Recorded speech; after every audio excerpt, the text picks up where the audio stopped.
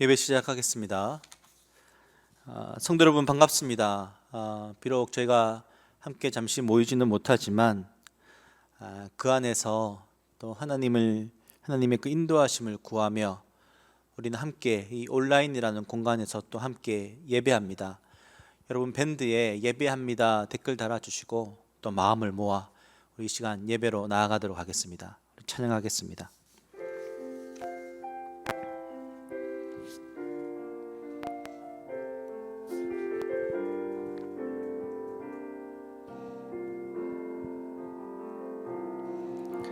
나는 하나님을 예배하는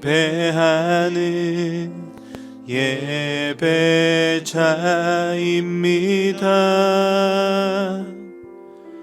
내가 서 있는 곳 어디서나 하나님을 예배합니다. 내 영혼 거룩한 은혜를 향하여 내 마음 완전한 하나님 향하여 이곳에서 바로 이 시간 하나님을 예배합니다. 나는 하나님을 예배하는 나는 하나님을 예배하는 예배자입니다. 내가 서 있는 곳 어디서나 하나님을 예배합니다. 내 영혼 거룩한 은혜를 향하여 내 마음 완전한 하나님 향하여 이곳에서 바로 이 시간 하나님을 예배합니다. 이곳에서 바로 이 시간 하나님을 예배합니다.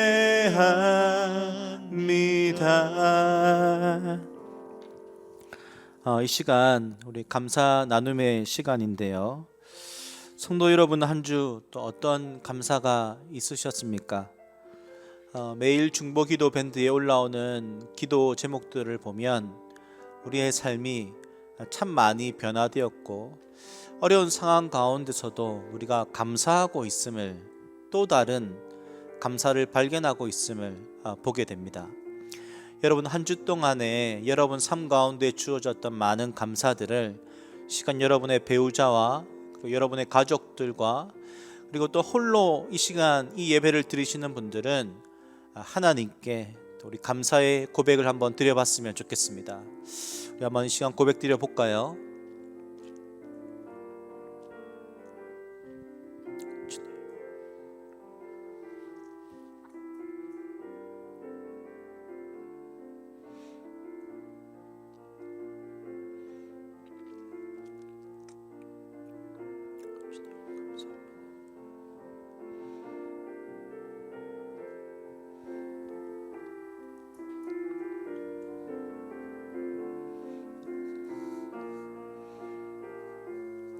우리 모든 감사를 모아서 우리 함께 마음을 모아 우리 사도신경을 고백하도록 하겠습니다. 나는 전능하신 아버지 하나님 천지의 창조주를 믿습니다.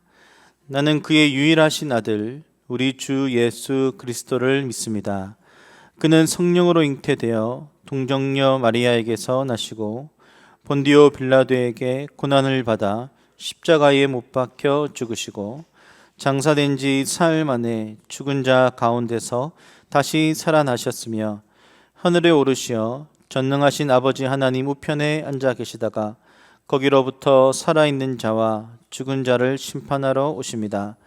나는 성령을 믿으며 거룩한 공교회와 성도의 교제와 죄를 용서받는 것과 몸의 부활과 영생을 믿습니다. 아멘.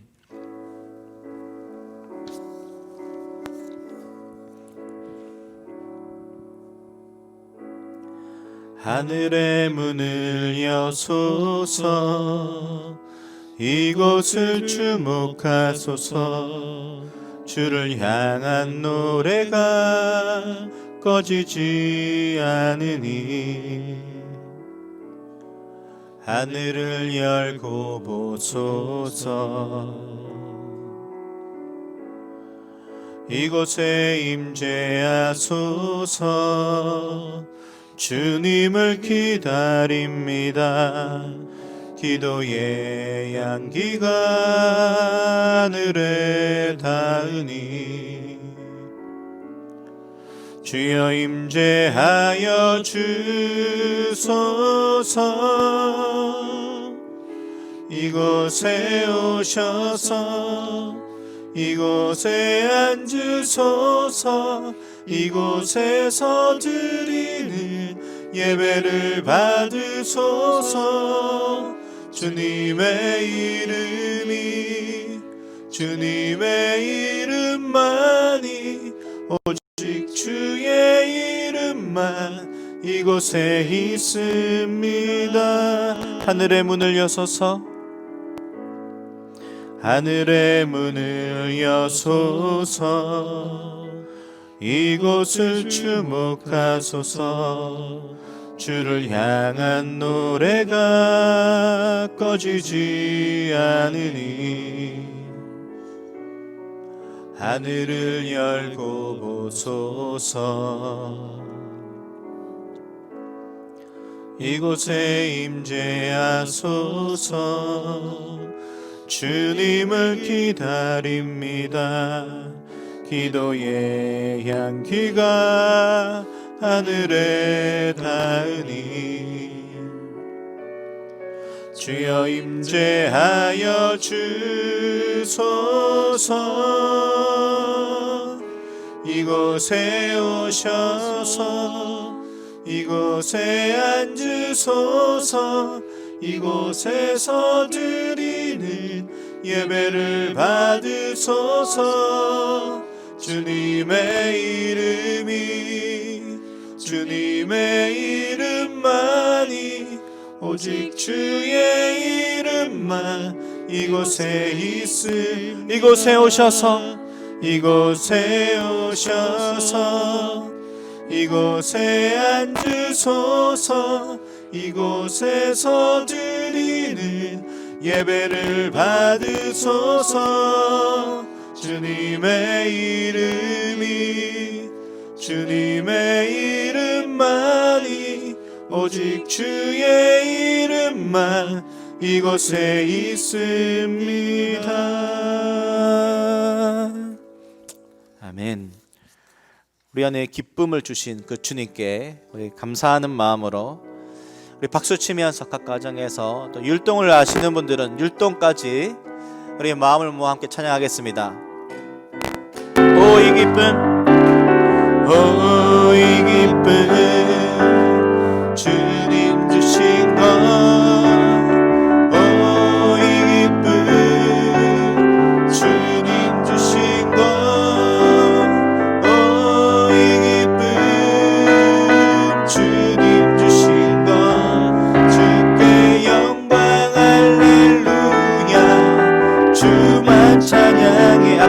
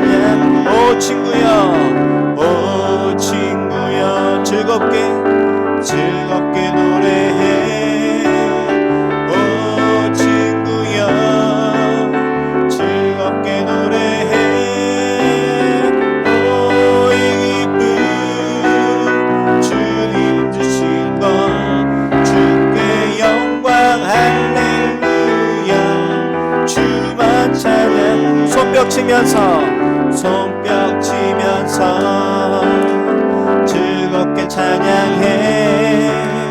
손뼉 치면서 즐겁게 찬양해. 오 이분 주님 주신 것 주께 영광 할렐루야. 주만 주께 영광 할렐루야. 주만 찬양해. 아멘. 우리가 요즘 예수 시대에 예수님의 그 이야기를 듣고 있는데요. 특별히 또 예수님의 그 시대에 대한 상황들도 듣고 있죠. 그 예수님을 향한 우리의 고백, 또 예수님이 우리를 향한 고백, 이 고백의 찬양인데요. 사랑합니다 나의 예수님. 우리 마음을 모아서 함께 좀 찬양했으면 좋겠습니다.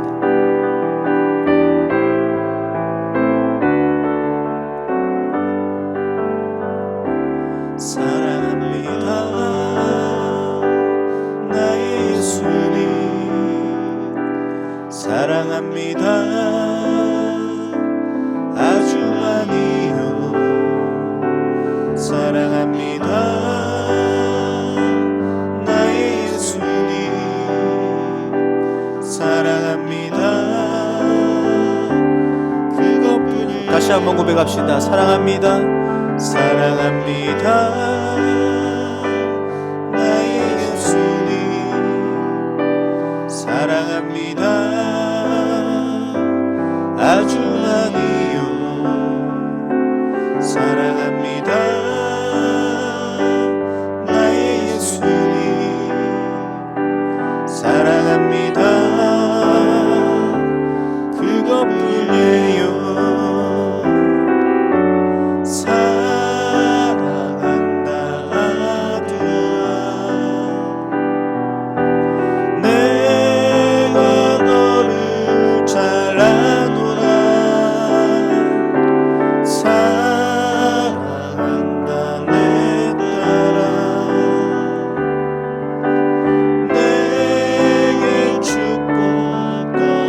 사랑한다 아들아. 사랑한다 아들아. 내가 너를 잘 아노라. 사랑한다 내 딸아. 내게 축복 더한. 한 번 더 고백합시다. 사랑한다 아들아. 사랑한다 아들아. 내가 너를 잘 아노라. 사랑한다 내 딸아. 내게 축복 더하노라. 우리 한번 이 시간에 마음을 모아서 함께 기도했으면 좋겠습니다. 코로나 상황이 많이 안정화돼 가고는 있지만 그래도 여전히 우리 안에 염려와 불안들이 있습니다. 그리고 그것으로 인해 또 지금도 많은 이들이 고통 가운데 있고 또 어려움 가운데 있죠. 하나님, 치료제와 백신이 속히 개발되어지게 하여 주시고, 하지만 이 시간 속에서도 하나님의 일하심을 신뢰하고 나아가는 시간들이 될 수 있도록, 그리고 또한 한국교회가 이때에 하나님을 향한 사랑의 고백뿐만이 아니라 이웃을 향한 사랑의 고백을 해낼 수 있는 그런 교회가 될 수 있도록 축복해 달라고 우리 한번 이 시간에 우리 마음을 모아서 함께 좀 기도했으면 좋겠습니다. 기도하겠습니다. 하나님, 고백하며 나아갑니다. 주님 아버지, 오늘도 은혜를 더하여 주시옵소서. 오늘도 역사하여 주시옵소서. 하나님, 코로나 바이러스로 인해 지금도 너무나 많은 이들이 고통 가운데 있고 아파하며 또한 슬퍼하고 있습니다. 하나님, 치료제와 또한 백신이 속히 개발되어지게 하여 주십시오.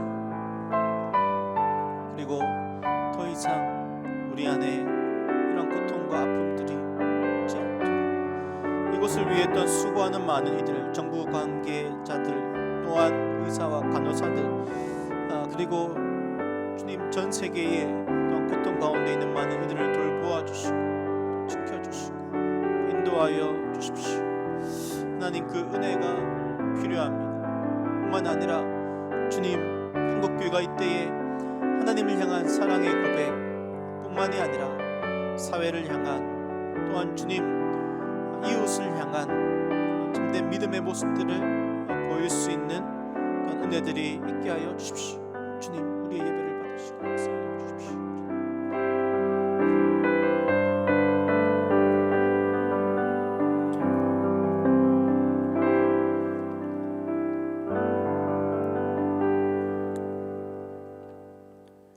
오늘은 코로나19를 위한 중보기도 123일차 양주연 집사님의 기도입니다. 사랑의 하나님, 2020년은 우리에게 많은 것을 잃게 하고 많은 것을 얻게도 한 시간임을 고백합니다. 함께 모여 예배하는 주말 모습과 예배가 끝난 뒤 모였던 소모임들과 수요일 오전에 모였던 중보기도, 새벽기도 등 함께 모이는 모든 시간들이 우리를 가로막고 이제는 온라인으로 모이는 것이 익숙해져 갑니다. 그러나 이 시간은 하나님과 더 깊이 교제하고 하나님의 함께 하심이 없는 모든 만남이 얼마나 헛된 것인지를 알게 되는 귀한 시간입니다. 사람과의 만남에서 얻을 수 있는 달콤함보다 하나님과의 관계에서 얻는 은혜가 훨씬 값지고 풍성한 것임을 알게 되는 시간이었습니다. 어떠한 어려움 속에서도 우리에게 늘 좋은 것을 예비하시는 하나님께 감사를 드립니다. 함께 모이지 못하는 시간 속에서 하나님에게서 멀어지는 사람들이 없는지 주변을 돌아보게 하시고 그들을 위해 기도하는 공동체가 되도록 도와주시길 간절히 기도합니다. 또한 힘든 시간 속에서 누군가에게 의지할지 몰라 방황하는 지체들에게 위로가 되는 공동체가 되길 소망합니다. 한숲의 자녀들이 학교에 가지 못하는 시간 동안 학교의 소중함을 깨닫게 하여 주시고 부모들에게는 자녀와 함께하는 길어진 시간 속에서 자녀의 소중함을 깨닫게 하여 주시고 함께 모일 수 없는 시간에도 가정 예배를 통해 하나님의 은혜 안에서 하나 되는 가족이 되게 하여 주시옵소서. 늘 우리를 주의 은혜에서 멀어지지 않게 하시고 주의 자녀로 삼아 주심이 우리 인생에 하나님이 선물해 준 가장 큰 은혜임을 고백합니다. 떨어지는 낙엽과 맑은 하늘과 불어오는 신선한 바람에서 하나님을 느낍니다. 우리의 삶을 풍성하게 하는 하나님의 은혜에 감사드립니다. 하나님, 김동희 목사님의 건강을 지켜주시고 몸이 아픈 지체들, 마음이 아픈 지체들을 긍휼히 여겨주시길 간절히 소망합니다. 다시 함께 모여 예배드릴 날이 속히 오길 기도합니다. 감사를 드리며 예수님의 이름으로 기도합니다. 아멘.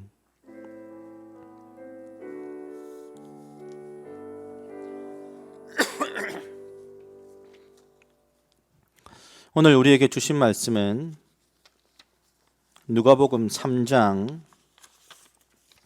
1절부터 2절 두 절인데요. 우리 천천히 읽도록 하겠습니다. 다 찾으셨죠? 같이 읽겠습니다. 시작. 디베료 황제가 통치한 지 15해 곧 본디오 빌라도가 유대의 총독으로 헤롯이 갈릴리의 분봉왕으로 그 동생 빌립이 이두레와 드라고니 지방의 분봉왕으로 루사니아가 아빌레네의 분봉왕으로 안나스와 가야바가 대제사장으로 있을 때에 하나님의 말씀이 빈들에서 사가랴의 아들 요한에게 임한지라. 아멘. 이 시간 예수 시대 세 번째 공생애의 시작이라는 말씀으로 목사님 말씀 증거해 주시겠습니다.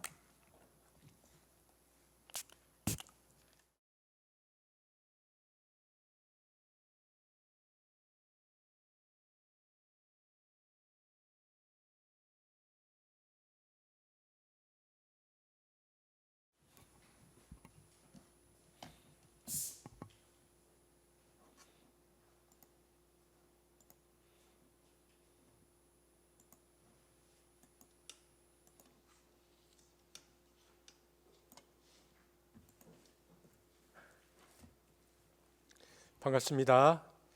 여러분 한 주간 동안 평안하셨습니까?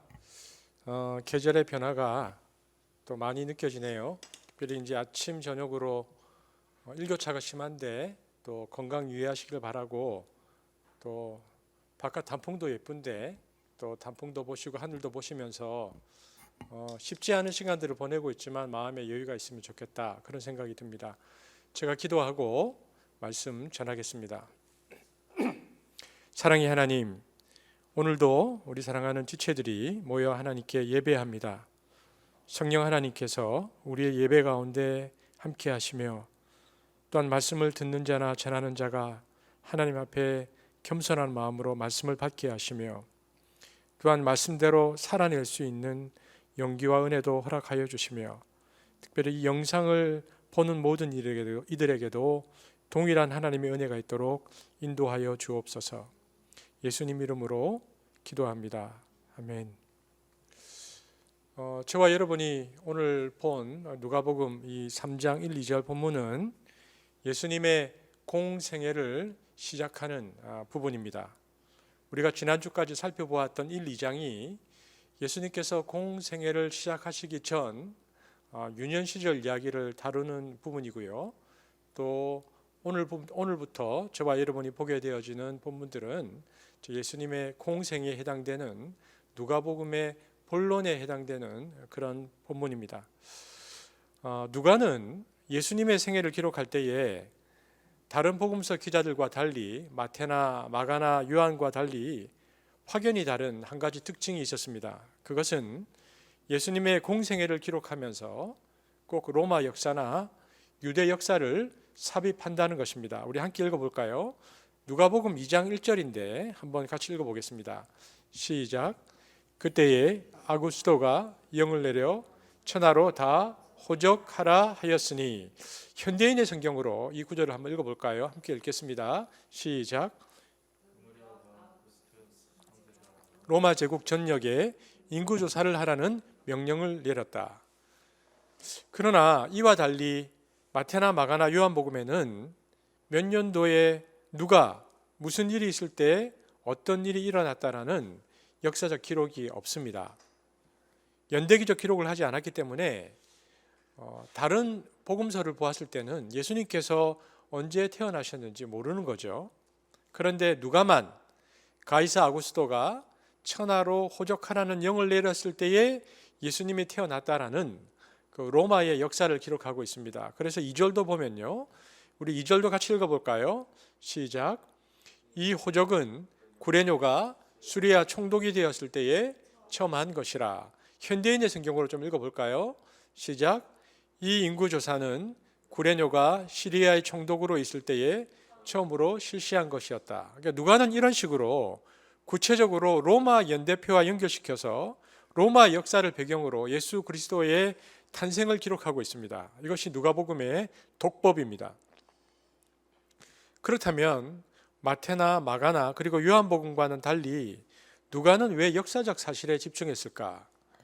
여러분, 누가복음을 기록할 당시는 예수님께서 부활 승천하시고 난 다음에 약 50년이 지난 때입니다. 여러분, 지금부터 한 50년 전이면 우리나라 1970년대가 되겠죠.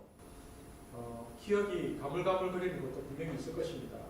시간이 한 50년쯤 지나니까 기독교 내부에서는 예수님을 시공간을 초월한 신으로 이해하는 사람들이 나타났습니다. 뿐만 아니라 기독교 외부에서 보기에는 예수님을 이제 한 신화적 인물로, 또 상상의 인물로 예수를 이해했죠. 그래서 누가가 역사를 기록하는데 이 시공간성의 역사성을 부여하면 예수는 그 당시에 사람들이 가지고 있었던 더 이상 신화적인 인물이거나 혹은 기독교 공동체만의 배타적인 주관적인 신앙적 존재로서의 그리스도가 아니고 역사적 실존 인물로서의 예수와 더불어서 신앙의 대상으로서의 예수가 통합되기 때문에 누가는 이런 방식으로 예수님을 표현하려고 노력했습니다.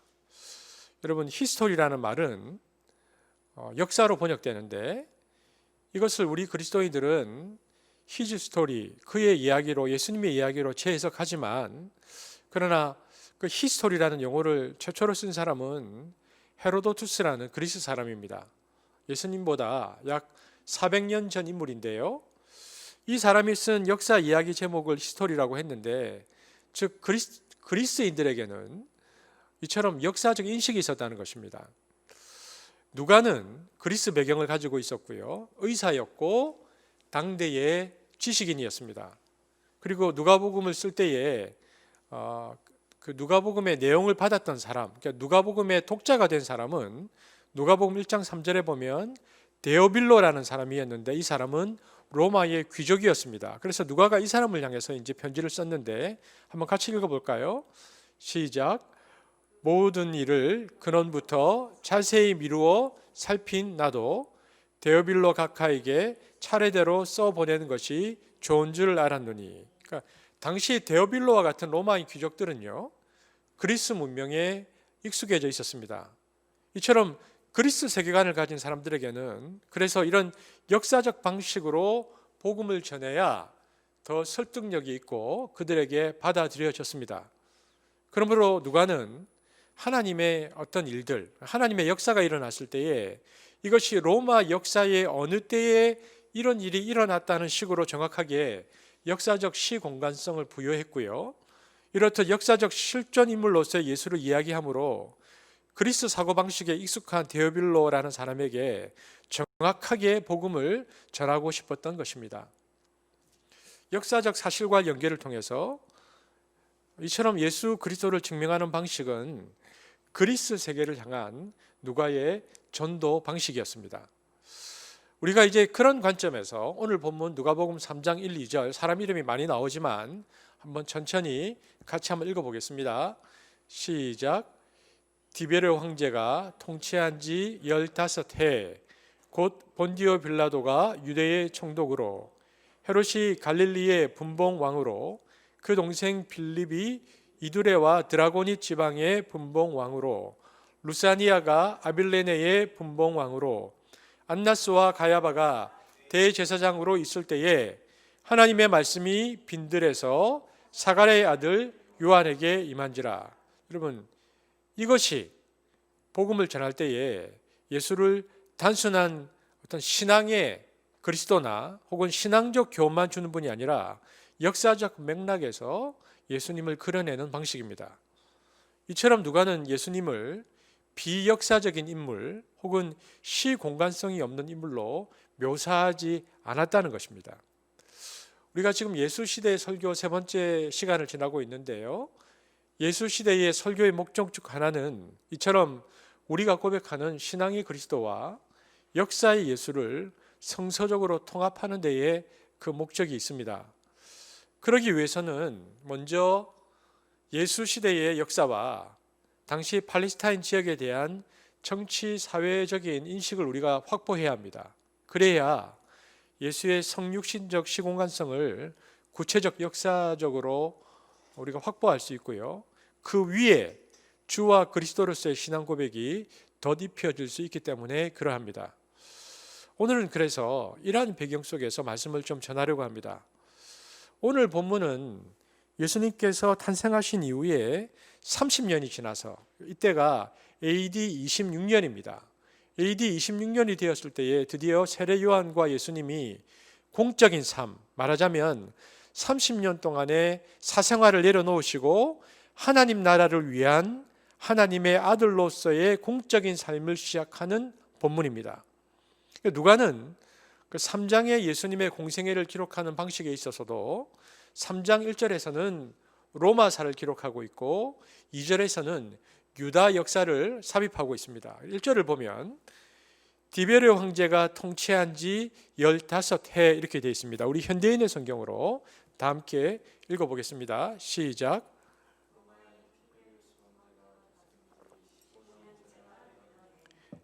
로마의 티베리우스라는 황제가 다스린 지 15년째 되는 해에 이렇게 로마 통치년도를 이야기하고 난 다음에 그때의 유대 팔레스타인 지역에서는 어떤 일이 있었는가를 기록하고 있는데 함께 읽어보겠습니다. 시작.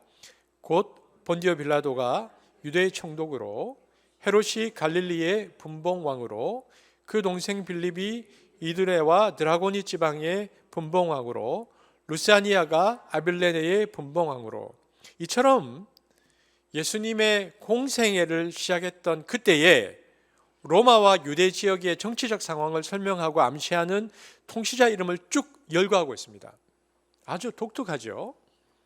2절에 보면 그리고 그 당시 제사장들의 이름도 열거되고 있습니다. 제사장들 이름을 한번 같이 읽어볼까요? 시작. 안나스와 가야바가 대제사장으로 있을 때에. 이런 누가의 특징 때문에 어떤 신학자는 누가에 관한 글을 쓰면서 히스토리안 룩, 역사가 누가라는 표현도 함께 썼습니다. 그럴 정도로 역사적 상황과 예수님의 사역을 긴밀하게 연관시켜서 의식하고 예수님의 공생애를 파악하고 이해하는 누가의 모습이 오늘 우리들에게 보여집니다. 우선 우리가 이 본문에서 생각해야 할 점은요, 1절에서 그 로마 황제의 이야기와 유대 지역의 통치자들의 모습을 기록하면서 누가는 우리에게 어떤 메시지를 주고 있는가 하는 부분입니다. 왜 누가는 유달리 이런 통치자들의 이름을 나열하고 있는가? 여러분, 통치자들의 이름을 쭉 나열하면 우리는 지금부터 2000년 전의 통치자들이니까, 더군다나 그 당시 로마와 유대 지역의 통치자들이니까 그때가 어떤 시대인지 우리는 생각이 잘 안 나고요. 전혀 감이 없습니다. 그러나 지금부터 2000년 전, 그러니까 예수님 당시의 사람들, 그리고 유대인들이나 기독교인들, 그리고 로마에 살던 사람들에게는 누구 몇 년 하면 바로 어떤 생각이 떠오르던 그때입니다. 누가는 예수님의 공생애의 그 시대를 표현할 때에 예수님이 공생애를 활동을 시작할 때에 마치 경기장에서 팡파레를 울리는 것처럼 어떤 연대기를 설파하는데, 그때는 티베리우스 황제 통치 15년입니다 라고 우리에게 알려주고 있는 것이죠. 그래서 3장 1절에 보면 이렇게 되어 있습니다. 티베리오 황제가 통치한 지 15해. 여러분, 그러면 티베리우스 통치 15년이라는 것은 무엇을 당대 사람들에게 기억나게 하는 것인가? 황제 정치의 초기에는요, 그런대로 황제 통치가 그들의 용어대로 팍스 로마나 안정과 평화를 가져다 주었습니다. 그러나 황제 정치가 다음 황제로 바뀔 때마다 점점 어두워지기 시작했고, 마지막에는 네로 같은 사람이 나오고 그 뒤로는 군사 통치 시대가 옵니다. 장군들이 황제가 되기 시작하는데, 그러면서 로마의 황제 통치가 어둠 속으로 굴러 떨어지는데요, 그 시초를 보이는 인물이 티베리우스입니다. 티베리우스는 2대 로마의 황제입니다. 그러면 티베리우스 통치 15년에는 어떤 일이 일어났는가? 티베리우스는 제국의 힘이 약할 때는 식민지 나라들에게 자치권을 주었습니다. 소위 말하는 분봉왕 제도입니다. 그래서 예수님께서 태어날 당시, 예수님이 BC 4년에 태어나셨는데, 예수님께서 태어날 당시 BC 4년 어간의 팔레스타인의 통치 체제는 로마 제국의 간접 지배 방식인 헤롯 자치 왕국이었습니다. 비록 헤롯이 유대인이 아니었지만 그가 다스리던 유대는 그러나 통일 유대 왕국이었습니다. 그런데 티베리우스 15년이 되면 어떻게 되는가? 이 유대 사회를 티베리우스가 넷으로 나누어 버립니다. 소위 말하는 제국의 분할 통치가 시작되는 것이죠. 여러분, 제국이라는 것은 항상 다른 나라를 식민지로 지배하려고 할 때요, 그 나라를 분할시킵니다. 그렇게 해야 하나로 모여서 저항하는 힘을 발휘하지 못하기 때문이죠. 1, 2차 세계대전이 끝나고 연합군이 어떻게 했습니까? 독일이라는 나라가 다시는 전쟁을 일으키지 못하도록 동서독으로 나누었습니다. 한쪽은 서방 지역이, 한쪽은 소련 공산 지역이 분할 통치했죠. 이렇듯 식민지적 지배체제라는 것은 대표적인 형태가 분할 통치인데, 분할 통치를 겪으면 나라가 어지러워집니다. 우리가 지금 남북으로 나뉘어져 있는 분단의 시간을 살고 있는데, 이 분단이 얼마나 우리 사회를 불안하게 만들고 갈등이 심한 사회로 만드는지 우리는 너무나 잘 체감하고 있습니다. 게다가 유대 팔레스타인 지역은요, 우리나라의 경상남북도를 합친 것만큼의 작은 땅덩어리입니다. 그런데 그 작은 땅을 로마가 티베리우스 때에 네 나라로 나눠버렸습니다. 그러니까 얼마나 많은 분열과 갈등이 그 작은 땅에 일어났겠습니까? 그렇게 되어지면요, 자체적으로 그 소모전을 하느라고 민족의 힘이 다 빠져버리죠. 그 자체로 비극적 역사를 맞이하게 되는 것입니다. 그 민족으로 보았으는. 그러면 티베리우스가 어떻게 나라를 나누었는가? 우리 누가복음 3장 1절을 다시 한번 읽어보겠습니다. 우리가 언제 이 사람들 이름을 이렇게 많이 읽겠습니까? 같이 한번 읽어볼까요? 시작. 디베르 황제가 통치한 지 15해 곧 본디오 빌라도가 유대의 총독으로, 헤롯이 갈릴리의 분봉왕으로, 그 동생 빌립이 이드레와 드라고니 지방의 분봉왕으로, 루사니아가 아빌레네의 분봉왕으로. 여러분, BC 4년에 헤롯, 그러니까 아버지 헤롯이 죽자 그의 왕국은 세 아들에 의해서 분할됩니다. 헤롯 왕의 세 아들에게 팔레스틴 지역이 이제 이렇게 다스리게 되어지는데요. 여기 보면 세 아들 이름이 나오죠. 보면 헤롯 아켈라우스라는 아들이 있고요. 또 헤롯 안티파스라는 아들이 있고 또 필립이라는 아들이 나옵니다. 세 아들에게 나라가 나뉘어지죠. 그럼 먼저 우리가 이제 유대를 한번 보면 좋겠는데요. 여기 보면 여러분 황토색으로 되어 있는 부분, 이 지역이 헤롯 아켈라우스가 다스렸던 지역입니다. 여기 보시면 예루살렘도 보이죠.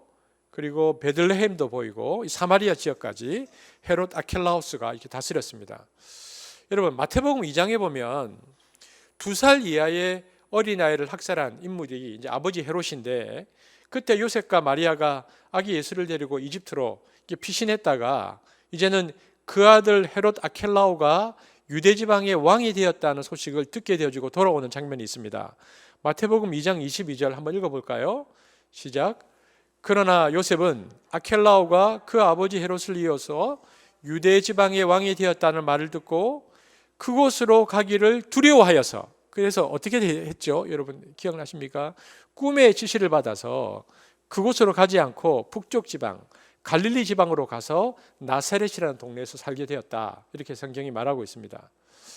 근데 여러분, 이 헤롯 아켈라우스라는 그 헤롯의 아들은요, 자기 아버지처럼 유대인의 왕이라는 칭호를 부여받지 못하고 대신 영주라고 불렸습니다.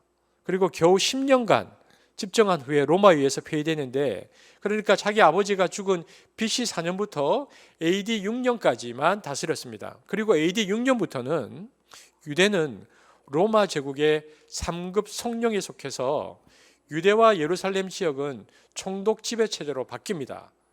그럼 총독 지배 체제라는 것은 무엇인가? 이제는 분봉왕이나 유대인의 자치령이 아니고요, 로마에서 직접 총독을 파견하고 총독이 군대를 직접 끌고 와서 로마 방식으로 다스리는 것을 말합니다.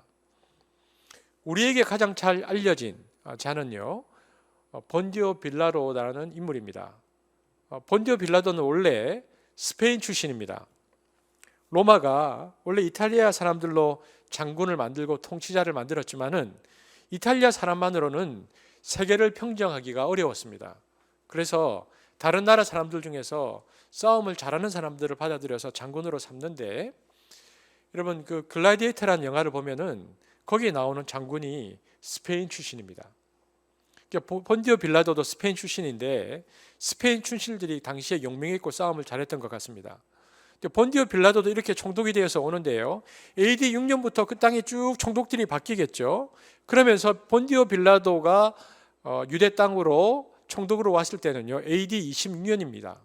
그러니까 AD 26년부터 36년간 10년간 유대 총독으로 있게 되는데, AD 26년에 왔잖아요. 그때가 예수님께서 이제 사역을 하고 계실 텐데요, 그 뒤부터 4년 뒤에 그러니까 예수님이 이제 죽임을 당하게 됩니다. 그러니까 그 6년간 유대 지역을 계속 통치하게 되죠. 이렇게 유대 지역은 본디오 빌라도라는 로마 총독의 직접 관할하에 있게 되어집니다. 그리고 여러분 또 다른 지도를 한번 보면 좋겠는데요, 또 다른 지도를 보면 여기 보라색이 여러분 보일 겁니다. 이제 팔레스타인 북부 갈릴리 지역은 헤롯의 아들이었던 헤롯 안티파스가 BC 4년부터 AD 39년까지 굉장히 긴 기간 동안 통치했는데요. 예수님께서 자라난 나사렛이 그 영토에 해당됩니다. 지폴이라는 곳도 여기 있고요. 또 우리가 아는 지명 중에서 티베라 바다, 티베라 호수도 여기에 속해 있습니다. 예수님이 마지막 십자가에서 돌아가실 때까지도 위의 지역은 헤롯 안티파스가 계속 다스리고 있었는데, 아래쪽은 본디오 빌라도가 있었고 위에서는 헤롯 안티파스가 있었죠. 그래서 세례 요한을 처형한 자도 이 헤롯 안티파스입니다. 그리고 나중에 예수님의 신문에 예수님을 십자가에 못 박는 신문에 관련된 자도 이 헤롯 안티파스입니다. 그리고요, 또 보면 여기 이제 분홍색 지역이 나옵니다. 여기는 빌립이라는 아들이 다스렸던 지역이 있는데, 분봉왕 빌립, 데가볼리라고 되어 있죠. 갈릴리를 중심으로 해서 이제 지중해 쪽이 갈릴리 지역이면 이 요단강을 건너서 이방 지역으로 넘어간 곳이 베레아 지역이라는 곳인데요. 이곳은 빌립이 다스렸습니다. 헤롯의 아들이지만 헤롯 안티파스의 배다른 형제였습니다. 빌립 2세가. 그래서 그가 이두레와 드라고니 지방, 그러니까 지도상으로는 이 데가볼리 지역을 다스리고 있었습니다. AD 34년까지 그래서 팔레스틴 동북부 지역을 빌립이 다스리고 있었는데요. 그리고 이제 성경은 또 한 사람, 누가가 또 한 사람을 기록하고 있는데, 또 한 사람은 여기 오늘 본문에 보면 루사니아가 아빌레네의 분봉왕으로 되어 있습니다. 아빌레네라는 지역은 과거에 헤롯이 영토를 많이 가지고 있을 때 다마스커스 서북 쪽이었는데요. 이 지역은 이제 유대인이 아니고 헤롯의 세 아들이 아니고 루사니아라는 사람이 분봉왕으로 다스리고 있었다. 누가가 그렇게 말하는 거죠. 우리가 이제 이 본문들을 이렇게 지도를 보면서 한 사람 한 사람 살펴보았습니다. 그러니까 예수님께서 공적 사역을 시작하던 때를 누가가 기록하면서 역사적 상황이 어떤 상황이었다고 누가가 말하고 있습니까? 그것은 한마디로 유대는 사분오열되어 있었다. 이렇게 누가가 그것을 말하고 있는 것입니다. 이처럼 자치왕국에서 식민지 총독 체제로 변화되는 과정, 즉 로마의 간접 지배 방식에서 직접 지배 방식으로 변화되는 로마 제국의 강압적 지배 과정이 바로 예수님의 탄생과 죽음 사이에 33년 동안 압축적으로 그 땅 가운데 일어나고 있었다. 이렇게 누가가 기록하는 거죠. 이처럼 팔레스틴 지역은 로마의 분할 통치 방식으로 갈등과 어려움을 겪고 있었습니다. 여러분, 오늘날 우리가 남북으로 분할되어 있는 한민족이 겪고 있는 이 70년의 소모적인 정쟁과 분열의 아픔을 다른 어떤 민족보다 우리가 잘 알고 있는데, 하물며 네 조각이나 나라가 나 있으니까 유대 지역에 있던 유대인들이 얼마나 암울하고 어두운 역사 속에 있었는가 우리는 짐작해 볼 수 있습니다. 그런데 이렇게 어둡고 절망적이고 유대 사회가 가장 큰 절망의 역사 속으로 들어갔을 때에 누가가 어떤 얘기를 하고 있습니까? 어떤 희망적 메시지를 우리에게 던져주고 있습니다. 그것이 무엇인가? 역사적으로 가장 암울할 때에 누가 공적인 사역을 시작했는가? 누가가 기록하기를 예수께서 인류를 구원하고 흑암에 앉은 백성에게 희망의 빛을 선사하는 공생애를 시작하셨다라고 우리에게 말하고 있는 구절이 오늘 3장입니다. 그러니까 예수의 30년간의 사생애가 아니고 공생애가 시대의 어둠을 밝히는 빛이 되었다라고 이야기하는 것입니다. 여러분, 이것은 역사적이고 객관적 사실이니까 우리가 다 이해할 수 있는데, 그 얘기를 들으면 문제는 오늘날 우리에게 이것을 어떻게 적용할 것인가의 문제입니다. 여러분, 우리도 가만히 보면 우리 사회도 예수님 당시의 유대 상황 못지않게 어려움이 있고 역사적인 무거움이 있습니다. 우리가 우리 사회를 보고 우리 역사를 보면 한마디로 위기구나라는 것을 알 수 있습니다. 누가는 예수님의 공생애를 기록하면서 그 암울한 시대의 희망을 선포하는데, 그렇다면 크리스찬 신앙을 가지고 역사적으로 불완전한 시대에 사는 우리는 어떻게 해야 이 시대의 희망이 될 수 있을까? 이것이 이 본문 속에서 우리가 고민해야 하는 적용의 과제이죠. 우리는 여기에서 한 가지 주목해야 하는 어떤 단어가 있는데요. 그것은 뭐냐면 공생애라는 것입니다. 우리가 이 공생애라는 것에 깊게 묵상할 필요가 있습니다. 오늘날 한국 사회에서 이렇게 교회가 많고 사람도 많고 크리스찬이 많은데 왜 우리 사회에 기독교가 빛이 되지 못할까? 왜 우리 사회의 염려와 불안과 근심을 극복하는데 크리스찬들이 도움이 되지 못하고 있을까? 이유가 무엇일까? 그것은 공적인 신앙생활을 하지 않기 때문입니다. 우리 신앙이 너무 개인적인 신앙이 되어버렸습니다. 이것을 신앙의 사사화라고 신학자들은 말합니다. 모든 것을 개인적인 차원으로 돌려버린다는 것입니다. 그래서 하나님의 은혜도 나 개인에게만 베푸는 은혜라고 생각합니다. 그래서 하나님이 나를 통해서 은혜를 베풀어 주시는 이유는 나를 통해서 이 사회에 은혜를 베풀라는 뜻으로 나에게 먼저 베푸셨다라는 그런 의식이 오늘날 없다라는 것입니다. 나 하나 축복받고 나 하나 잘되고 나 하나 어떻게 형통하려고 내 마음이 평안을 얻고 내 영혼이 행복하려고만 은혜를 구한다는 데 있습니다.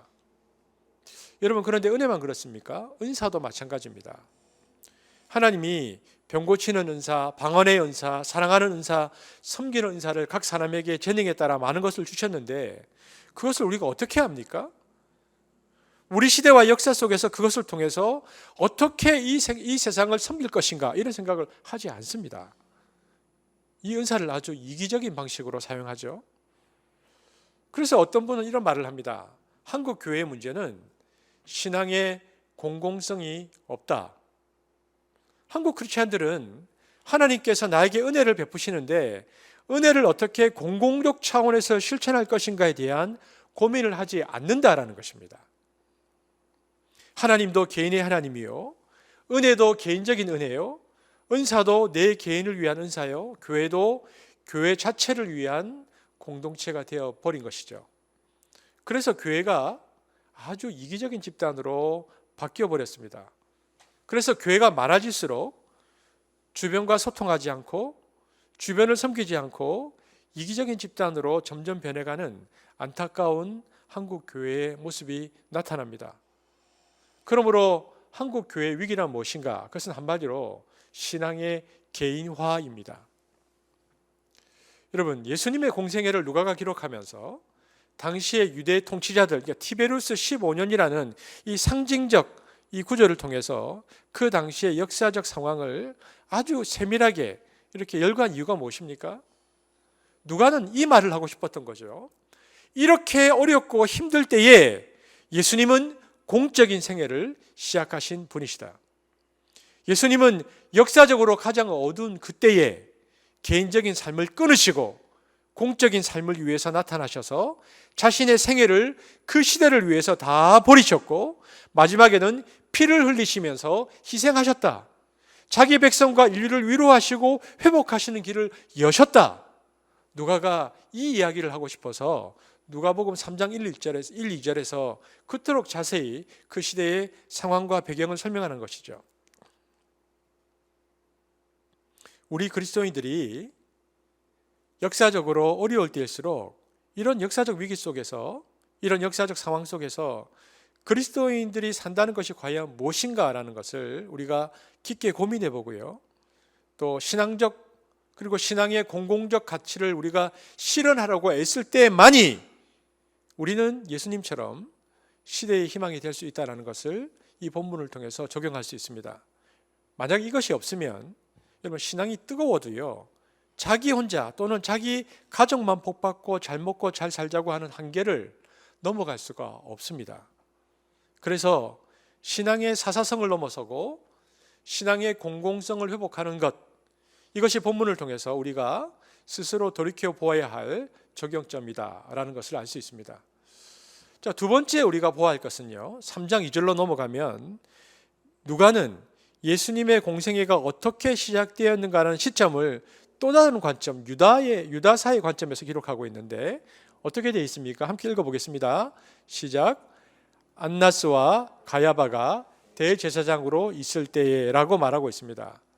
이것은 단순히 당시의 종교 지도자들의 이름을 가리키는 객관적 진술이 아닙니다. 티베리우스 15년처럼 안나스 가야바라는 이름이 의미하는 바가 있다는 것입니다. 사람들은 그 얘기를 들었을 때 당시 사람들은 그것이 무엇을 의미하는지 알았습니다. 여러분, 당시 사두개파 지도자인 안나스는 AD 6년에 대제사장이 되었고요. 이 안나스의 사위 요셉 가야바는 AD 17년에 유대 장관 발레리우스 그라투스에 의해서 대제사장으로 임명되어서 18년 동안 유대를 다스렸던 사람입니다. 그런데 원래 대제사장은 레위 지파에서 뽑습니다. 그런데 예수님 당시는 레위 지파에서 뽑지 않았습니다. 로마 총독이 임명했죠. 혈통도 상관이 없고 전통도 상관이 없었습니다. 로마의 통치자들의 마음에 드는 사람이면 제사장으로 임명해서 그들이 성전에서 예배를 인도했고요. 기득권으로 그렇게 부각되었습니다. 그래서 이 가야바라는 인물, 그리고 안나스라는 이 인물은요, 철저히 개인적인 야망과 욕심으로 종교 지도자가 된 사람이었기 때문에 당시 유대인들에게 굉장히 깊은 불신을 받고 있었습니다. 개인적인 야망과 욕심. 당시 종교와 종교 지도자들의 상황이 그러했다고 누가는 안나스와 가야바라는 이름을 들어서 강조하고 있는 것이죠. 그들은 개인적인 야망과 욕심에 사로잡혔던 사람들이고 당시 유대인들에게 깊은 불신을 받고 있었다.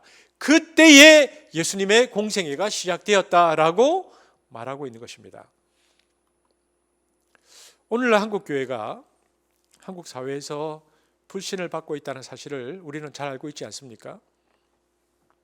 금년 6월 한국의 엠브레인 트렌드 모니터라는 기관에서 종교인에 대한 사회적 이미지에 대해서 조사를 해서 발표를 했습니다.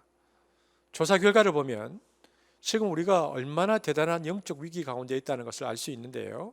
그 기관에서 어떤 조사를 했냐면 종교가 없는 일반인들을 대상으로 해서 한국의 3대 종교, 그러니까 불교, 개신교, 천주교 3대 종교를 신봉하는 사람들에 대해서 일반인들이 어떤 이미지를 가지고 있는지를 조사했습니다. 그 조사 결과 첫 번째 불교인들에 대한 이미지를 보면요, 가장 많이 나온 대답이 온화한 사람들, 그 다음이 절제하는 사람들, 그리고 따뜻한 사람들이라는 응답이 제일 많았습니다. 부정적 이미지도 있죠. 고지식한 사람들이라고 하는 이미지가 12% 정도 나왔습니다. 그럼에도 불구하고 아주 좋은 이미지가 다수였습니다. 두 번째, 천주교인들에 대해서는 가장 많은 사람들이 온화한 사람들이라는 대답을 했습니다. 그리고 따뜻한 사람들, 윤리적인 사람들, 그러니까 긍정적인 이미지가 많았죠. 그 외에도 가족적인 사람들, 깨끗한 사람들, 부정적인 이미지가 없습니다. 반면에 개신교에 대해서는 어떤 결과가 나왔는지 보시길 바랍니다.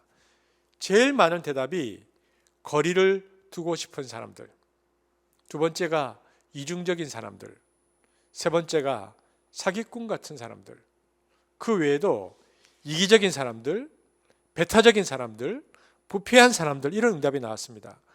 긍정적 이미지는 하나도 없고요, 부정적 이미지만 있습니다.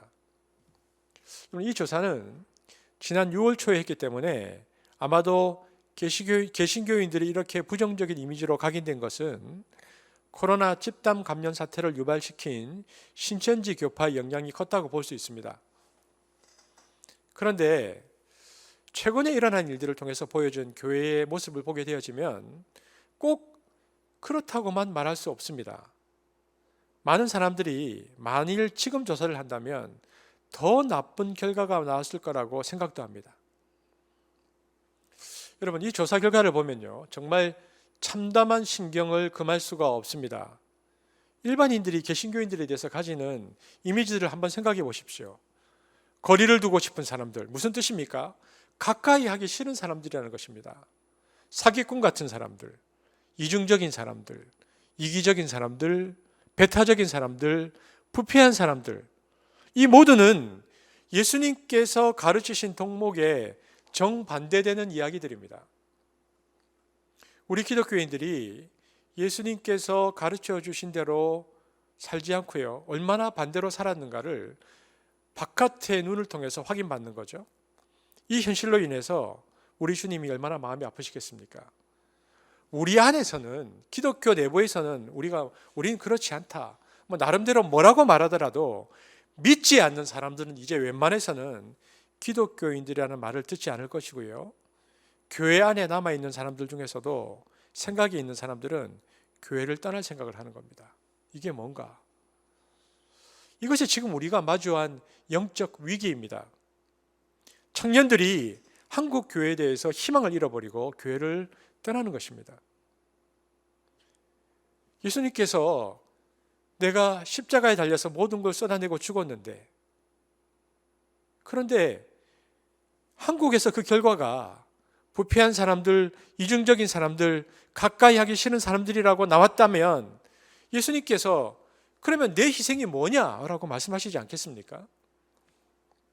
이미 그동안의 수많은 잡음으로 인해서 개신교는 코로나 이전에도 추락하고 있었습니다.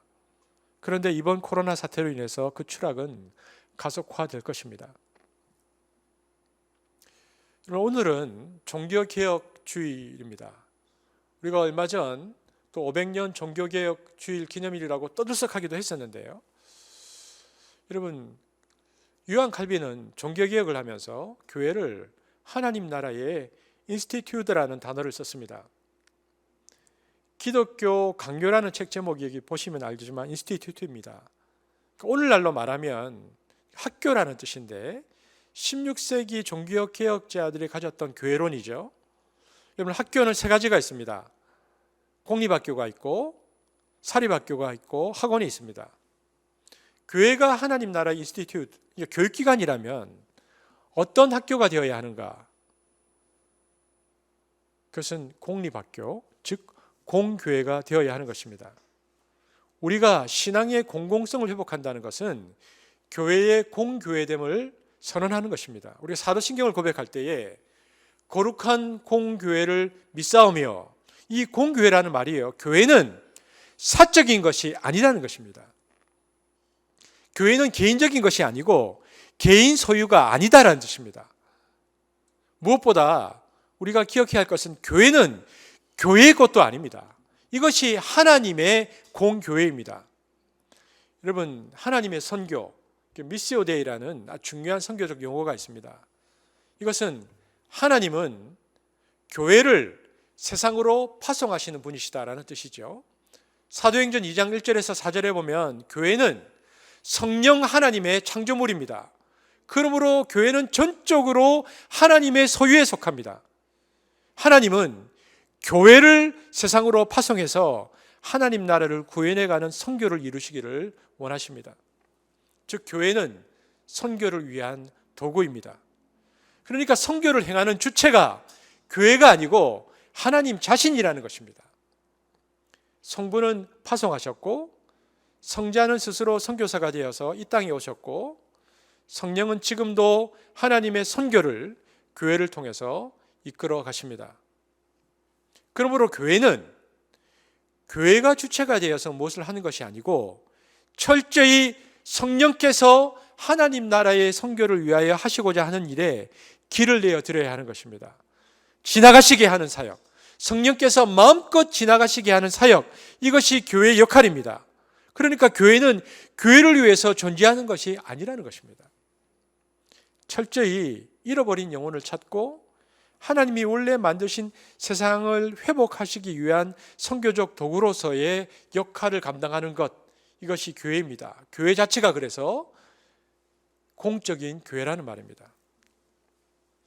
그러므로 오늘날 이 구절을 가지고 우리에게 주어진 어떤 적용점의 과제는요, 안나스와 가야바와 같은 자기의 어떤 사적인 이익과 욕심을 위해서 어떤 신앙적 행위, 종교적 행위를 하려고 하는 현상을 넘어서 어떻게 교회의 공교회성을 회복할 수 있을까? 이것이 오늘 이 본문을 통해서 특별히 종교개혁주의를 맞이해서 우리가 고민하고 생각해야 할 부분이라는 것입니다. 오늘 누가는 정치적 어둠과 종교적 어둠이 깊은 때를 도입하면서 예수님의 공생의 의미는 바로 이런 때였기 때문에 더욱더 빛난 것이다 라고 우리에게 말해주고 있습니다. 그래서 신앙의 사사화를 넘어서고 공교회됨을 회복하는 것이 공생의 삶을 묵상할 때 우리가 가져야 할 태도이죠. 자, 그러면 여러분, 예수님의 공생의 삶을 통해서 새로운 시대로 회복시키는 이런 일들이 시작되었는데 하나님께서 구체적으로 어떻게 시작하셨는가? 그것이 누가복음 3장 2절 마지막에 나옵니다. 함께 읽어보겠습니다. 자, 우리 큰 소리로 한 목소리로 읽어보겠습니다. 시작. 하나님의 말씀이 빈들에서 사가랴의 아들 요한에게 임한지라. 하나님이 시대의 어둠, 역사와 교회의 어둠을 극복하기 위한 방식이 뭐냐? 아주 심플합니다. 그때 하시는 것은 말씀 임재다라는 것입니다. 하나님이 다른 방법을 쓰지 않으셨습니다. 하나님의 말씀이 사가랴의 아들 세례 요한에게 임한 것입니다. 요한이 말씀에 사로잡혀 버리는 것입니다. 여러분, 말씀에 사로잡힌다는 것이 무슨 뜻입니까? 그것은 단순히 사상이나 가치가 온 것이 아니고 하나님 자신이 직접 오셨다라는 뜻입니다. 여러분, 말씀 임재는 하나님 임재 사건입니다. 그래서 여러분, 우리가 얼마 전 구약의 선지서들을 읽었는데요, 100일 성경 통독을 하시는 분들은 지금도 이 선지서들을 읽고 계시는 분이 계세요. 지금 어떤 분이 에스겔 골짜기를 넘고 있다 그러더라고요. 그런데 여러분, 구약의 그 선지자들을 보면 이런 말씀이 나오죠.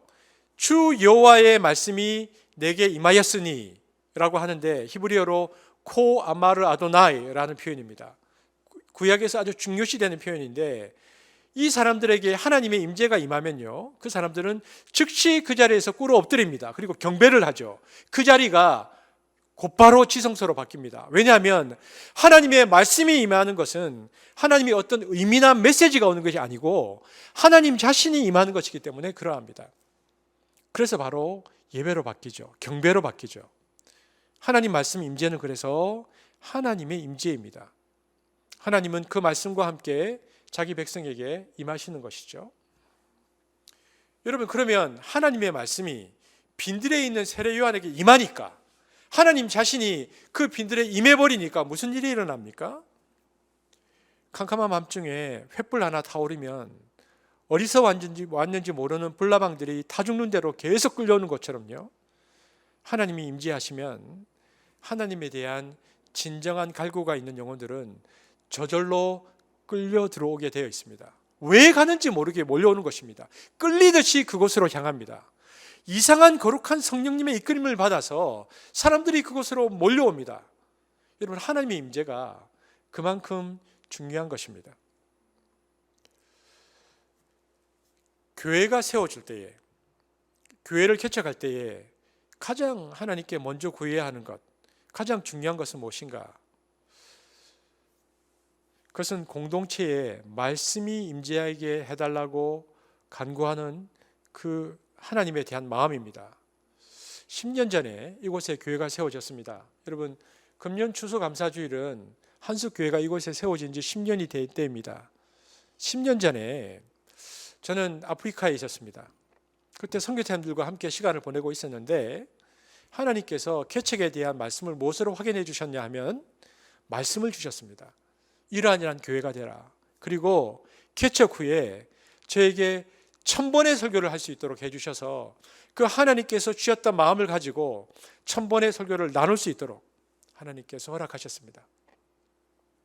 이제 10년이 지났습니다. 10년이 지나서 우리가 또다시 새로운 10년을 바라보면서 나아갈 때, 그렇다면 가장 먼저 구해야 할 것이 무엇인가? 하나님, 말씀 임재 공동체가 되게 하여 주옵소서. 큐티를 할 때마다, 가정 예배를 드릴 때마다, 성경 통독을 할 때마다, 터별로 모여서 나눌 때마다 내 영혼과 심령에 감동과 깨달음과 자극을 주고 생각과 감정과 의지를 변화시키던 어떤 말씀의 충격이 임하는 파장이 내 가운데 일어나야 되는데, 그것이 바로 말씀 임재입니다. 오늘 저와 여러분이 함께 예배를 드리지 않습니까? 예배를 드릴 때마다 설교자에게 성령의 임재가 있어서 전하는 자나 말씀을 듣는 그 사람들의 마음과 영혼과 심령을 뒤흔드는 것, 이것이 말씀 임재가 있는 공동체입니다. 여러분, 우리 모두가 하나님의 말씀의 임재를 체험해야 합니다. 그냥 글로 쓰여진 말씀이 아니고 성경 안에서 그 말씀이 우리의 삶 속에 임해야 하는 것입니다. 그러면 노아의 방주를 향하여 거룩한 짐승들이 두 쌍씩 끌려오듯이 정말 마음이 가난한 사람들이 이상하게 끌려 들어오는 일들이 일어납니다. 이분이 왜 어떻게 어디서 왔는지 우리는 모르지만 분명한 것은 그분이 이곳에 와 있다면 그것은 하나님의 임재의 결과입니다. 그러므로 어렵고 힘들 때 하나님의 위로는 어떤 방식으로 그 백성에게 임하는가? 말씀 임재로 임한다는 것입니다. 그러면 말씀 임재는 어떤 상태에 있는 사람들에게 임하는 것인가? 어떤 공동체에 임하는 것인가? 오늘 본문을 보면 누가복음 3장 2절을 다 함께 읽어보겠습니다. 시작. 안나스와 가야바가 대제사장으로 있을 때에 하나님의 말씀이 빈들에서 사가랴의 아들 요한에게 임한지라. 여기 우리가 주목해야 할 것은 빈들입니다. 빈들이 가장 중요한 강조점이라고 보는 거죠. 누가는 유달리 이 부분을 돋보이게 하고 있습니다. 역사적 설명을 다 한 뒤에요, 하나님의 말씀이 사가랴의 아들 요한에게 임했다라고 해도 어떤 문제가 되지 않을 것 같은데 그는 유독 빈들이라는 것을 주목해서 그것을 그 안에 기록하고 있습니다. 이것은 저와 여러분이 빈들의 삶을 살아야 한다는 것을 우리에게 말해주고 있습니다. 여러분, 말씀의 임재는 우리의 내면이 세상 것으로 가득 차 있을 때는 절대로 임하지 않습니다. 비어 있을 때만 일어납니다. TV 소리와 컴퓨터 소리와 각종 SNS 소리로 가득 차 있는 영혼 속에는 하나님의 말씀이 임재하지 않습니다. 왜냐하면 하나님의 말씀은 항상 세미한 음성으로 임하기 때문에 그러합니다. 하나님의 음성은요, 바람 소리와 섞이기 쉬운 아주 작은 방식, 음성으로 임재한다고 성경은 증언합니다. 열왕기상 19장 11절에서 12절 함께 말씀을 볼 텐데요. 여호와께서 이르시되, 자 함께 읽겠습니다. 너는부터 시작. 너는 나가서 여호와 앞에서 산에 서라 하시더니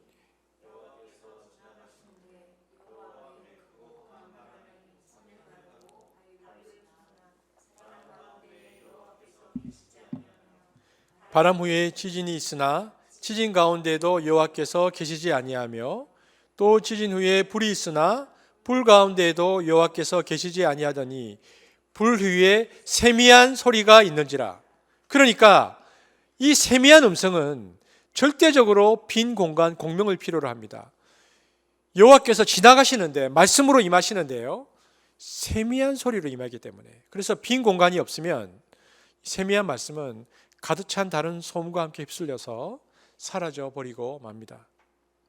이 빈 공간에 공명이 없으면 세미한 음성은 우리의 영혼과 교회와 세상에서 절대로 울려 퍼질 수가 없습니다.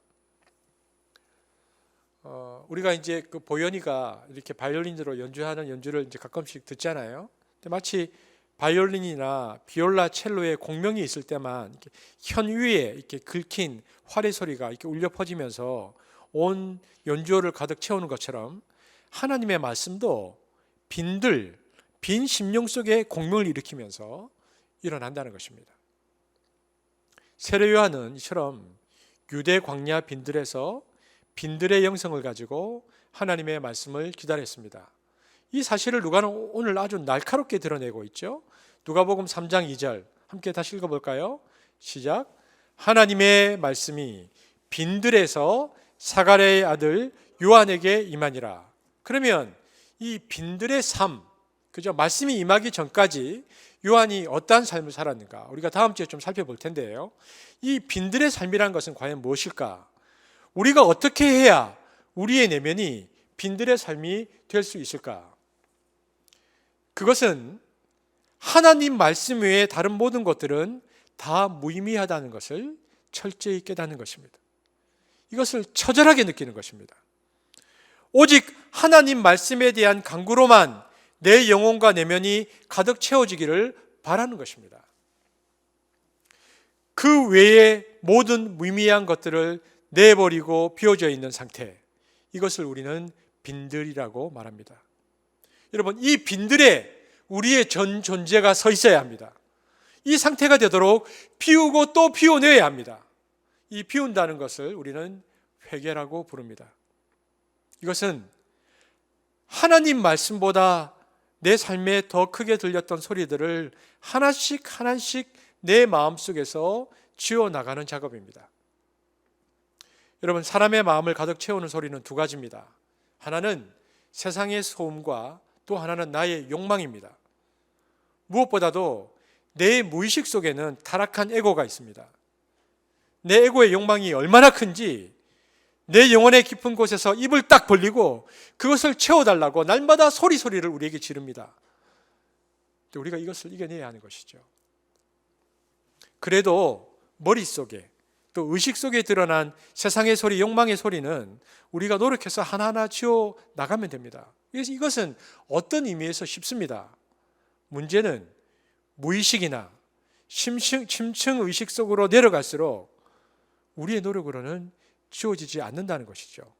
이것은 도덕과 윤리와 양심으로는 지울 수 없습니다. 왜냐하면 그것은 본질이고 본능이고 타락한 존재의 심연에서 올라오는 거대한 악의 소리이기 때문에 우리는 우리의 힘으로 그것을 지워낼 수 없습니다. 그러면 어떻게 비워낼 수 있을까? 그때부터 우리에게 필요한 것은 은총입니다. 그때부터 우리에게 필요한 것은 하나님께 기도하는 것입니다.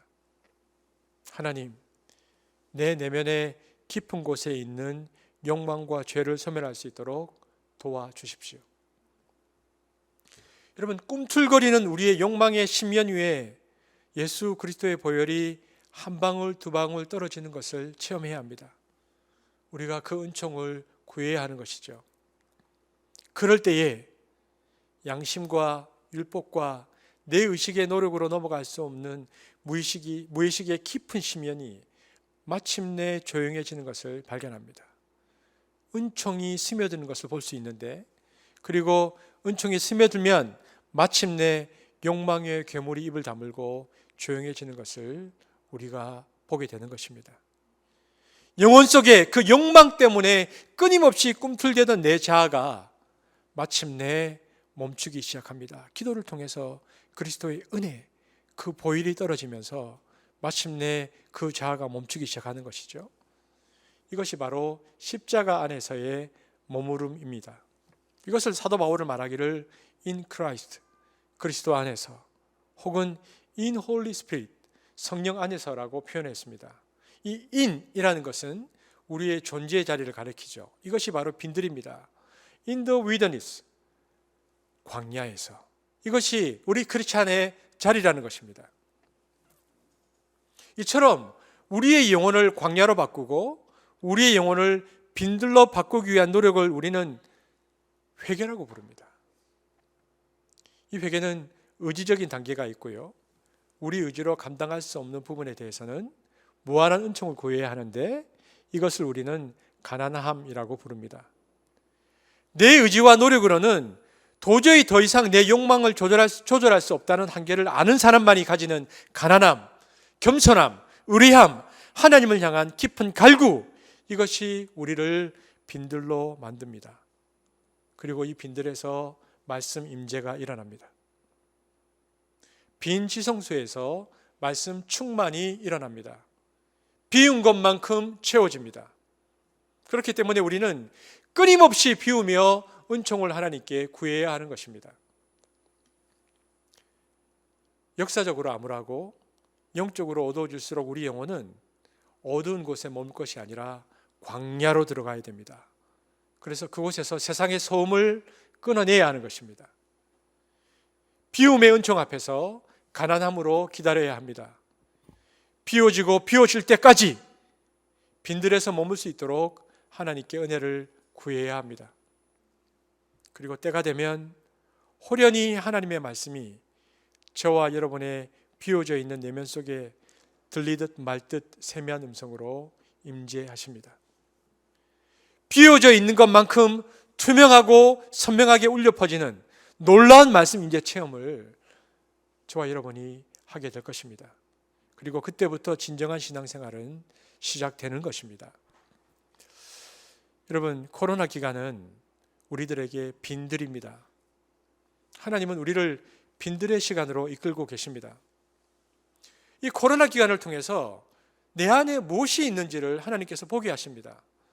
나의 신앙함이라는 것이 그 이전에는 외형적으로 드러난 어떤 것, 분주함, 조급함, 시끄러움, 바쁨, 그러나 그것이 얼마나 보잘것없었는가를 우리로 하여금 보게 하십니다. 그래서 고난하라는 이 광야의 시간은 우리의 거짓된 자아와 마주하는 시간입니다. 우리는 바로 이때에 주님이 공급해 주시는 새 힘을 얻기 위해서 마음이 고요한 가운데서 하나님의 세밀한 음성에 귀를 기울여야 합니다. 마치 이슬이 밤중에 고요히 내리듯이 우리는 하나님의 세미한 음성을 마음이 고요한 가운데서 들음으로 새 힘을 얻어야 하는 것입니다. 여러분, 이 시간을 무엇이라고 합니까? 기도입니다. 우리는 기도가 우리 인생의 광야의 자리인 것을 기억해야 합니다. 그 자리에서 말씀의 임재를 체험해야 하는 것입니다. 내 마음을 가난한 상태로 비워내기 위해서 끊임없이 기도의 자리에 서고 그 비어있는 자리에 하나님의 말씀이 임하는 것, 그 말씀으로 그래서 어두운 세상에 빛을 비추기 시작하시는 예수님을 경험하는 것, 빈들에서 주님의 임재가 오늘 여러분에게 임하기를, 그래서 기도를 통해서 하나님을 깊게 만나기를, 그리고 그 말씀의 임재로 공공성의 신앙을 회복하는 한습이 되기를 주님의 이름으로 축복합니다. 이 시간 기도하시겠습니다. 사랑의 주님, 감사합니다. 빈들에서 사가랴의 아들 요한에게 하나님의 임재가 있었다라고 성경은 말합니다. 하나님, 코로나 기간을 지나는 동안 사랑하는 한습 지체들의 모든 시간들이 광야의 빈들과 같은 시간이 되어서 주의 말씀의 임재, 하나님의 임재를 경험하는 우리가 되기를 원합니다. 기도를 통하여 끊임없이 우리를 비워내고 말씀의 임재를 매 순간마다 경험하는 은혜를 구합니다. 무엇보다도 역사적으로 어둡고 힘든 그때에 말씀이 임함으로 예수님의 공생애가 시작되었다라고 성경이 말하는 것처럼 이 말씀의 임재로 우리의 공공성의 신앙이 확복되어지는 한습이 되게 하시고, 그래서 이 시대에 빛이 되어지는 한습이 될 수 있도록 축복하여 주옵소서. 감사를 드리며 예수님 이름으로 기도합니다. 아멘. 우리 김태형 목사님 나오실 때까지 개인적으로 말씀을 한번 또 적용하고 묵상해 보겠습니다.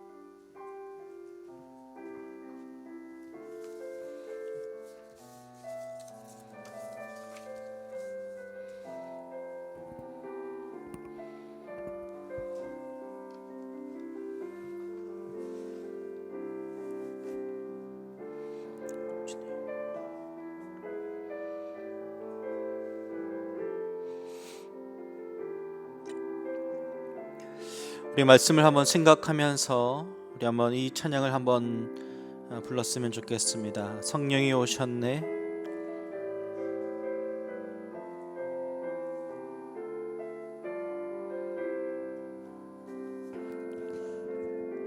허무한 시절 지날 때, 깊은 한숨 내쉴 때, 그런 풍경 보시며 탄식하는 분 있네.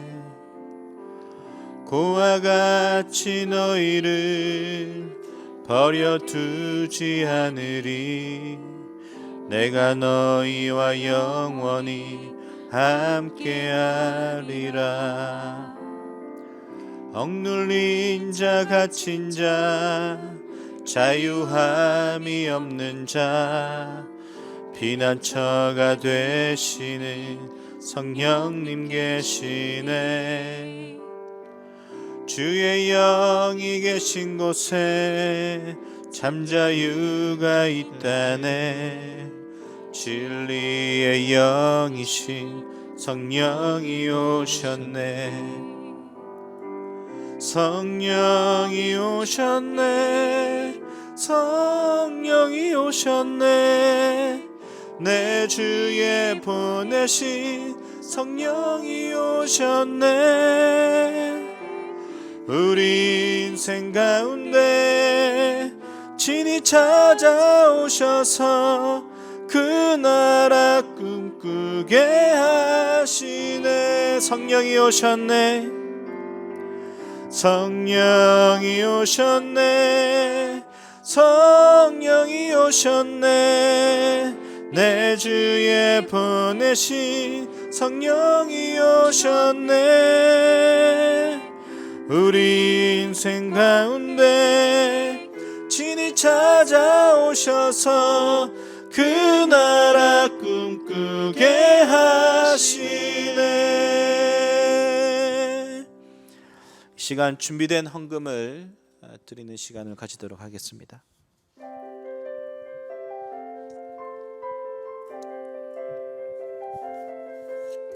라라라라라라라라라라라라라라라 라라라라라라라라라라라라 내게 있는 모든 것을 아낌없이 드리네. 세상 모든 것 다 변해도 변하지 않는 주의 사랑, 주의 크신 은혜 우리에게 주시고 저희로 날마다 찬송하게 하소서. 주께 드리네. 주께 드리네. 나의 젊음과 정성 다해서 주께 드리네. 주께 드리네. 나의 젊음과 정성 다해서 주께 드리네. 주께 드리네. 주께 드리네. 나의 젊음과 정성 다해서 주께 드리네. 주께 드리네. 나의 젊음과 정성 다해서. 목사님 나오셔서 봉헌기도 해주시고 축도해 주심으로 예배를 마치겠습니다.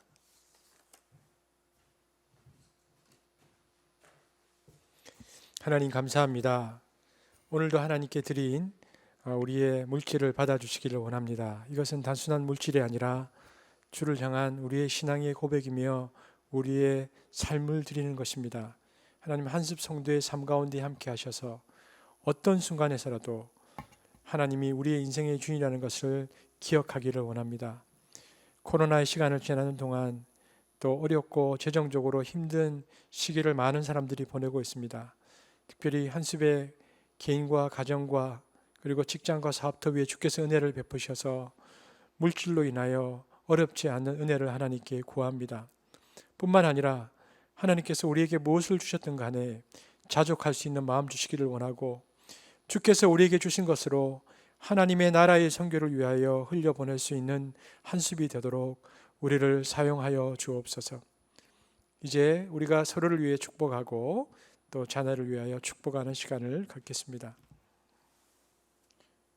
지금은 우리 주 예수 그리스도의 은혜와 하나님의 사랑과 성령의 교통하심이 말씀의 임재 가운데 공교회성을 확보하며 확장하며 살기를 원하는 이 공동체 위에 지금부터 영원토록 함께 계실지어다.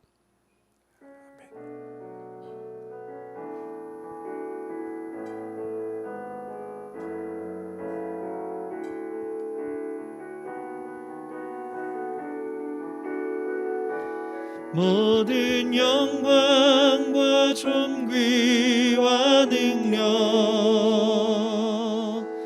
받으소서 받으소서 영광과 존귀와 능력 받으소서 받으소서 그리스도 살아계신 하나님.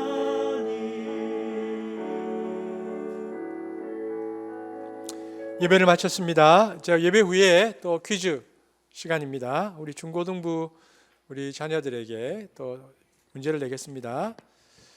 새로운 시대를 시작하실 때에 하나님께서 하시는 방법은 무엇입니까? 오늘 계속 말씀 가운데 반복이 되었죠.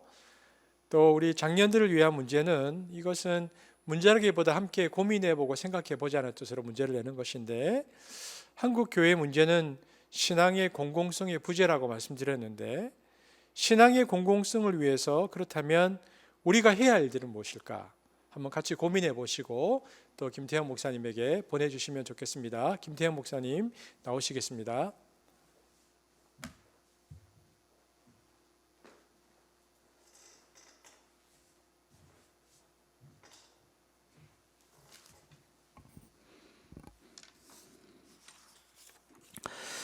이제 이 시간은 우리 한 줄 말씀 쓰기 시간인데요. 오늘도 지난주에도 많은 분들이 예배를 마치고 또 말씀에 한 줄 말씀 쓰기를 해주셨는데, 그 중에 우리 서민수 성도님께서는 이렇게 메시지를 남겨주셨습니다. 관계 중심적인 사람으로 거듭나게 하소서. 오늘 또 말씀을 들으시면서 여러분 또한 한 줄 말씀, 또 여러분의 주셨던 단어라든지 또 마음들, 그런 것들을 간단하게 한번 써보는 시간들을 좀 가지도록 하겠습니다.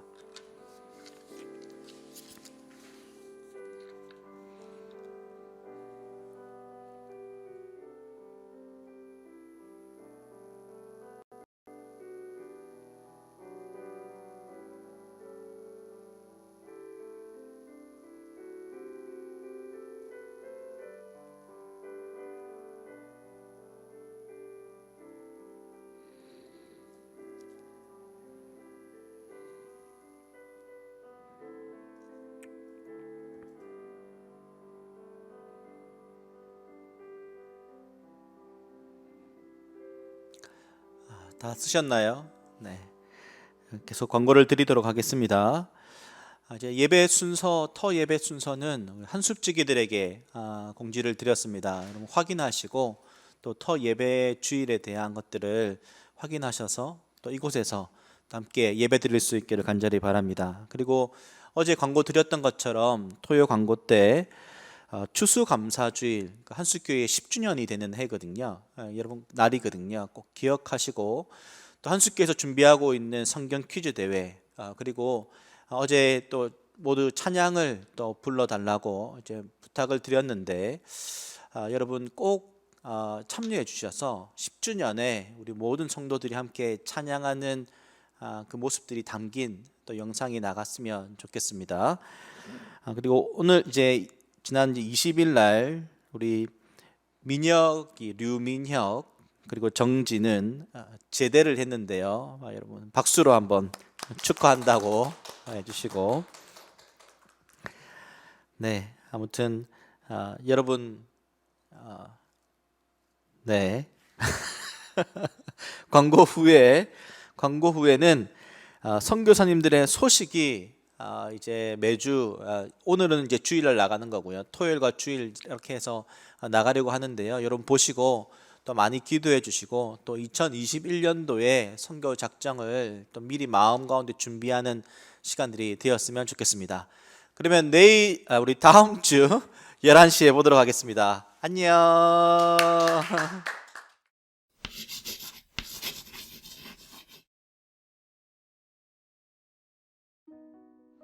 최근 들어서 이제 코로나 그 이후로 우선 상황 자체가 이게 쉽지가 않고 글로 이제 현장에 계신 그 선교사님들의 이야기들을 이제 보내주시긴 하지만은 실제로 그 외국에서 일어나는 일들의 그 지금 상황들이라는 것은 지금 우리보다 훨씬 더 그 열악한 상황이고 모임도 잘 못하고 그래서 지금 어떻게 해결책을 지금 찾지를 못하니까 지금은 좀 약간 선교사님들이 좀 당황하시고 계시는 그런 시간들이 아닐까라는 그리고 기다리고 계시는 그런 시간이 아닐까라는 그런 생각이 많이 듭니다.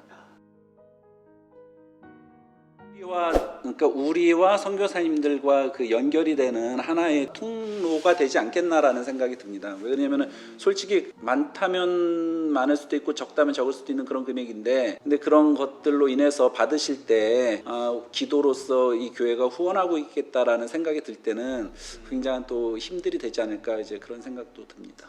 그러니까 한숲교회에서는 지금 선교사님들을 돕는 방법이 많은 교회들은 대부분 이제 1년에 선교사님들께 얼마씩 후원을 하겠다라고 선교부에서 결정을 하고서 그렇게 해서 이제 집행을 하는 게 거의 일반적인 상황인데 한숲교회 같은 경우에는 선교사님들의 어떤 필요라든가 그리고 상황이라든가 이런 것들을 우리들이 이제 기도 편지라든가 또 이번에 우리가 준비하고 있는 이제 영상들 이런 것들을 통해서 그러면서 이제 선교사님들과 간접적인 소통들을 통해서 그리고 기도하면서 그래서 1년 동안 이제 각 개인 가정별로 이제 얼만큼 후원할 것인가를 작정을 해서 그걸로 우리는 이제 집행을 하게 됩니다. 저는 개인적으로는 이러한 방법이 어떻게 보면 선교의 후원이 수동적일 수 있는 부분들이 또 조금 더 능동적으로 그 선교사님들한테 다가갈 수 있는 방법들이 아닐까라는 생각에서 그 좋다고 생각을 합니다.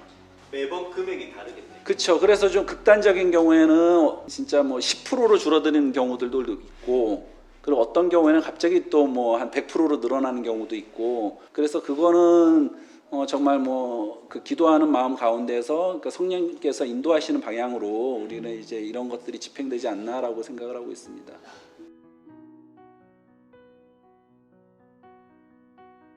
이제 후원 작정이 안 되신 분들은 어떻게 되나요? 저희가 이제 그 부분에 대해서 고민을 어느 정도 좀 했는데 물질 후원을 하는 이제 선교사님들은 이제 그대로 진행이 되고 만약에 이제 후원이 없다라고 하면은 기도로서 후원하는 이제 기도 후원 선교사님으로 이렇게 저희가 분류를 해서 그래서 저희가 기도 제목이라든가 이런 것들은 이제 항상 올라올 수 있도록 같이 그렇게 기도 공유를 하고 있습니다. 기본적으로는 이제 가정에서 이렇게 합쳐가지고 하는 경우들도 있지만은 아이들별로 뭐 이렇게 해서 하시는 가정들도 있습니다. 제가 볼 때는 아이들에게는 이러한 방법들이 굉장히 선교사님들을 후원하는 데 있어서는 훨씬 더 좋은 방법이지 않을까라는 생각합니다. 저희가 이제 한 2달 후에는 그 이제 내년도 선교사님들을 위해서 이제 그 작정을 해야 할 텐데 근데 갑자기 하면은 또 잘 모르잖아요. 그래가지고 8주에 걸쳐서 이제 선교사님들의 그 영상들을 이제 그 한 편이나 2편씩 이렇게 내보내려고 합니다. 그래서 이것들을 보시면서 그 선교사님들을 위해서 기도하시고 이렇게 2달 동안 기도하시면서 그러면서 내년에 어떤 후원을 좀 작정할 수 있는 시간들이 되었으면 좋겠습니다. 저도 이제 그 이전에 여러 교회들을 거쳐왔지만 이렇게 다이렉트로 선교사님과 붙어서 교제를 나눌 수 있었던 경험은 이렇게 많지 않았었던 것 같아요. 한숲교회에서 갖는 어떤 선교 문화라고 해야 될까요? 이제 그런 부분들은 좀 독특함들이 있어요. 그것은 단순히 어떤 사역에 집중하는 것이 아니고 그 선교사님 그 개인에 집중하는 그것이 저는 참 좋다고 이렇게 생각을 합니다. 이러한 방법들이 앞으로 우리 그 한숲교회가 계속 나아가야 할 방향이라고 생각을 하고 그것이 더 좋은 방법이라는 생각을 합니다.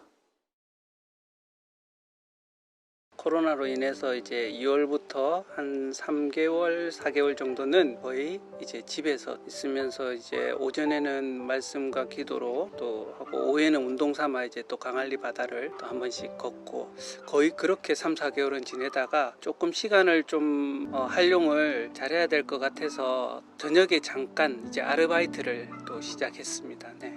사실 코로나인 줄 모르고 2월 달에 들어왔었는데 상황이 3월, 4월 달에 코로나가 심각해지면서 해외 자체에서 거기서도 이제 입국 자체가 사실 어려운 상태였고요. 지금은 이제 들어가서도 보증금으로 2,000불을 내야 되고 보증금 2,000불은 다시 돌려받을 수 있습니다. 검사 비용을 뺀 상태에서 이제 나머지에도 돌려받을 수 있고 그런 어려움이 있습니다. 네. 아마 2018년도에 들어와서 제가 그때 한숫교회에서 이제 앞에 나가서 말씀을 드렸을 때는 교육사역 쪽으로 이제 선교를 이제 할 거라고 했었습니다. 그래서 그 당시 이제 프놈펜에 있는 프놈펜 좋은 학교라고 MK 사역을 들어가서 이제 시작을 했고요. 그곳에서 체육, 수학, 기타 또 행정도 잠깐 맡아서 했습니다. 그래서 올해 2월 달에 나올 때까지 프놈펜 좋은 학교에서 선교사님들의 자녀들을 가르쳤습니다. 앞으로의 계획은 우선 들어가서 이제 프놈펜의 MK 사역을 계속적으로 할 것 같고요. 두 번째 이제 캄보디아에서 또다시 또 캄보디아어에 대한 부분들을 좀 더 계속적으로 이어나가기 위해서는 캄보디아 현지인들과 교제하고 소통하는 게 필요해서 제가 주일에는 캄보디아 교회를 현지 교회를 다녔었는데 계속해서 현지 그 교육자들과 목회자들과 함께 또 동역하면서 프놈펜 글로리 교회라고 그곳에 계신 사역자님들과 함께 동역하고 있습니다. 계속해서 현지 목회자들과 동역하는 것과 또 프놈펜 좋은 학교 이제 선교사님 자녀들의 교육에 대한 부분들 사역들을 함께 계속해서 기도해 주셨으면 감사하겠습니다.